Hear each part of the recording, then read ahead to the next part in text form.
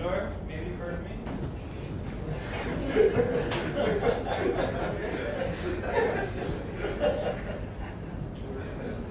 So the purpose of this presentation is to introduce myself to the new members of this council. May I? So let's just go through it very quickly.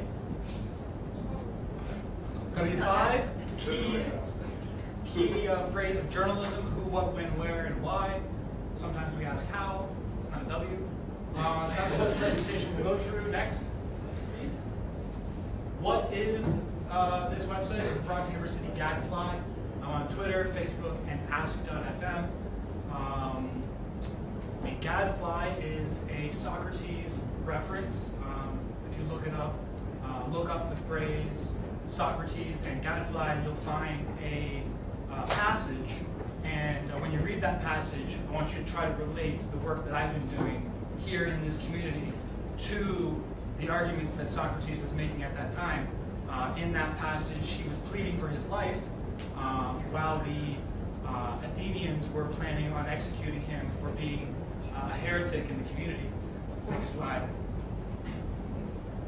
Not only am I the Gadfly, but I also am the host of Point of View with Sandor Ligetfalvy on CFBU.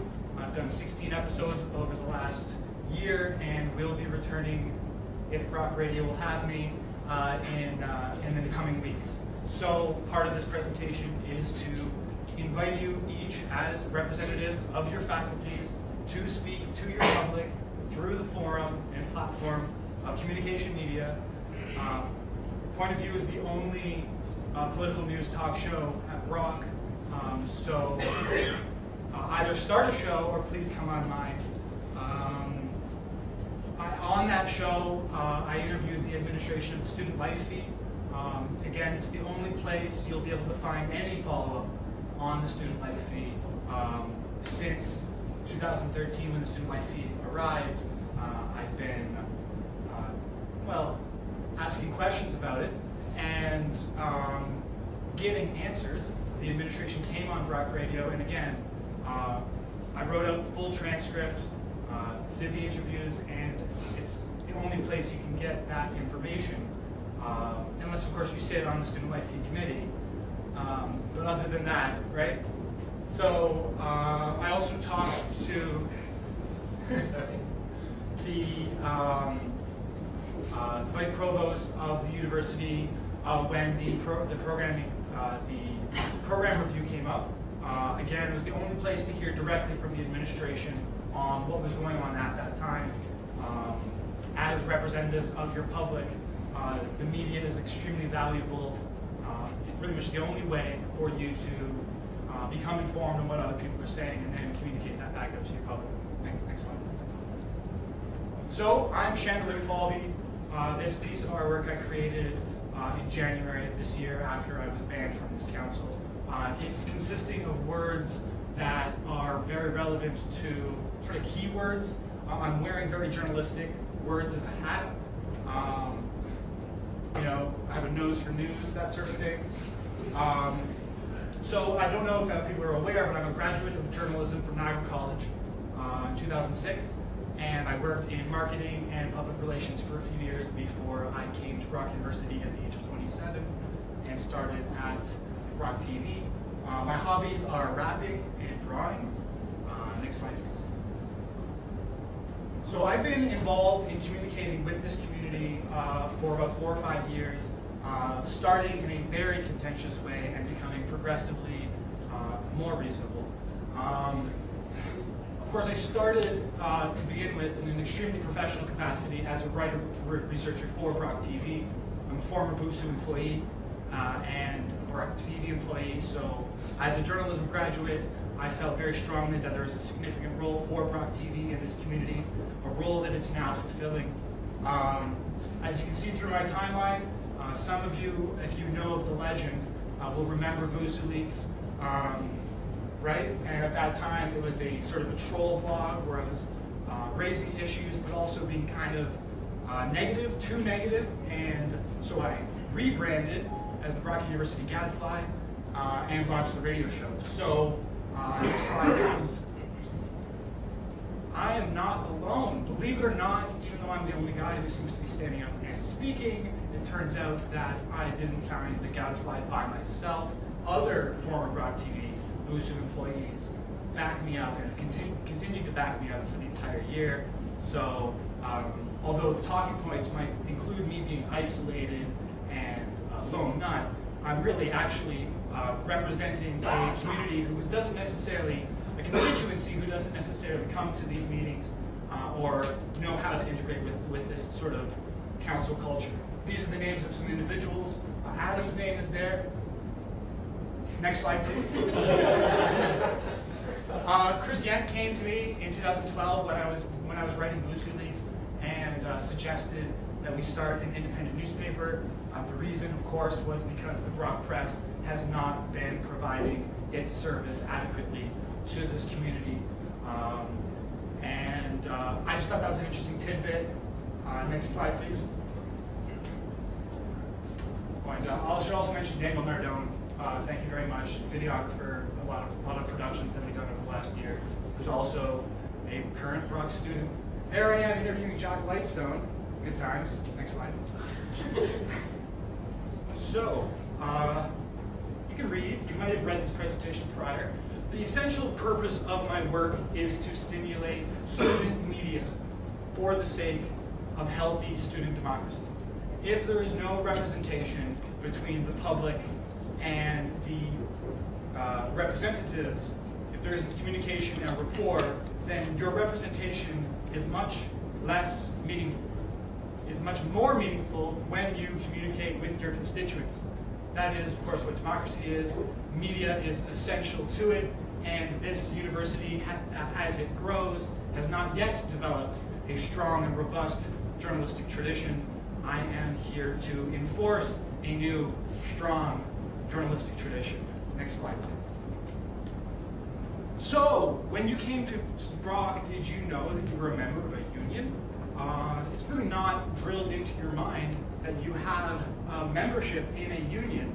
That includes certain rights and responsibilities, including the ability to not just vote at the end of the year, but also call for general meetings at any time you like, through a petition, and at that general meeting, of course, create policies and so forth. That information, the general meeting, is very much not highlighted in a way that I think it could be. Yeah, next one. Informed consent. So why do you have a student union? I mean, is this all just to, play? No, it is here specifically because for the university to extract non-tuition related fees out of your tuition, you as a student body need to provide consent.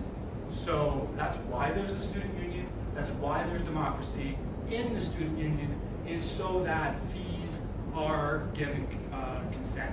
So the student life fee, in my opinion, did not have a very adequate public communications prior to the fee. It was big, and it was not much time to talk about.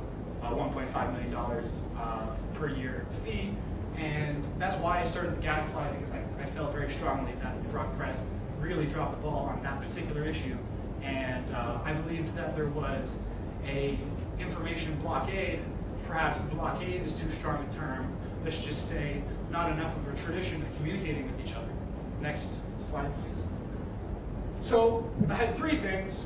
People always want three solutions. First one, annual general meeting. That's the top priority of my agenda. I believe it's very important.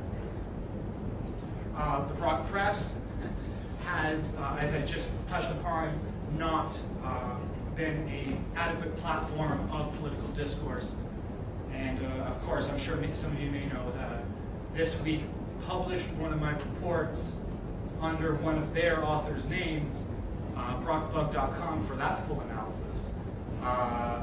And then this third point, kind of touchy. What is a corporate muzzle? A corporate muzzle is a self-imposed censorship that you place on yourself as you try to climb the ladder of influence. Saying no to power is shutting yourself down, I think that that's anti-human. I think that it violates sort of like the inspiration of a person to be able to pursue what they want, and people who feel the self-incentive to censor themselves.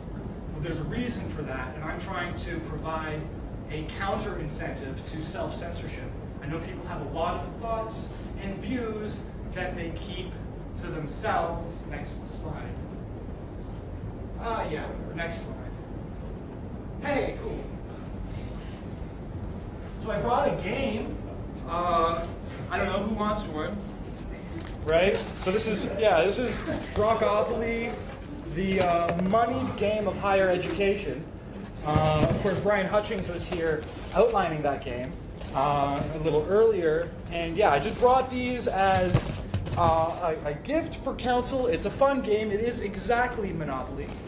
It is not any different than Monopoly. You can own Schmann Tower or the Student Justice Center. Next slide, please. Broke University. This is an editorial cartoon I produced last year as the President's Task Force came out. Here you see the Monopoly man looking a lot like Mr. Lightstone, standing next to an axe that says, break in case of deficit, and he's looking at the chart saying, well, there's nothing I can do but make cuts. That's really what I have to do. Stop right there and ask for an extension of time. Please, it's just 1, 2. All in favor? Thank you. All in favor? Please put your hands actually up. All right, go ahead. So, obviously presenting the narrative that there's no choice but to make the cuts.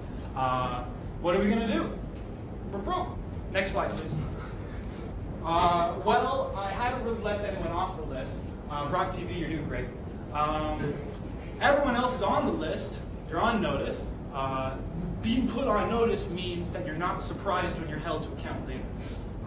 That's the key point of being put on notice. Of course, there's things on there that are awesome. Ontario tuition fees. I think it's startling that every single institution in Ontario has a major deficit. Maybe we have a major systemic flaw. I also think it's startling, like, the unemployment rate once you finish your education. But that's all fine and dandy. I brought copies of my January 2014 print edition of the Gadfly, which I'll just, if you'd like, to pass them down and take a quick look. The headlines on this are all on the website, the URLs are on the document, and this is kind of a summary of why last year was so crazy. Video ban, Sandor ban, BUSAC doesn't send executives to Brock Radio, etc., etc. It's all there, and it links to the website, which has videos and radio reports. There's nothing like this at Brock at all. And please, the purpose of this is to say a few things. Sometimes I'm overly contentious and need to relax. And I'm completely open to feedback that tells me that. So if you think I'm being too much, let me know, because I'm very open-minded. The reason my show is called Point of View is because I'm not fixed to a particular one, but looking at all the scattered fields of points of view. And I think that concludes the presentation. Is there another slide? Great. Always end on Orwell.